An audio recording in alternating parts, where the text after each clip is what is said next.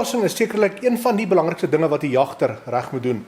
As jy skootplasing nie presies reg is nie, kan dit jou dier te staan kom. National Cartridge het nou 2 teikens, 'n rooibok en 'n blou wildebees in A1 formaat beskikbaar om vir jou die presiese plek te wys waar om jou skoot te plant.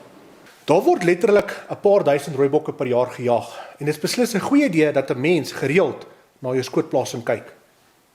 Nou ons almal weet dat 'n blou wildebees 'n baie moeilike koelant is om plat te trek. Die gesegde dat 'n blou wildebees siek gebore word en gesond geskiet word, is bietjie oordrewe. Maar ek kan jou beloof, as jy die manier verkeerd gaan skiet, gaan jy baie sweet.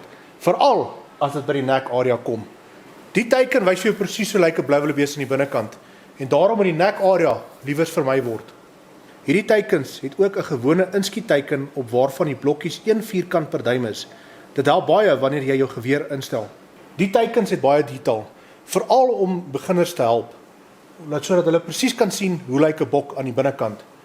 Op hierdie teiken kry jy ook 'n QR-kode by wat jy kan skandeer met jou foon om na 'n video te kyk oor skootplasing, oor die blou wildebees of oor die rooibok, Afrikaans of Engels.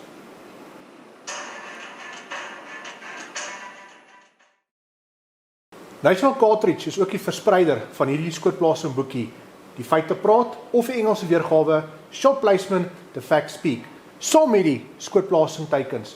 So, skakel jou naaste vuurwapenhandelaar om meer oor hierdie produkte te wete te kom.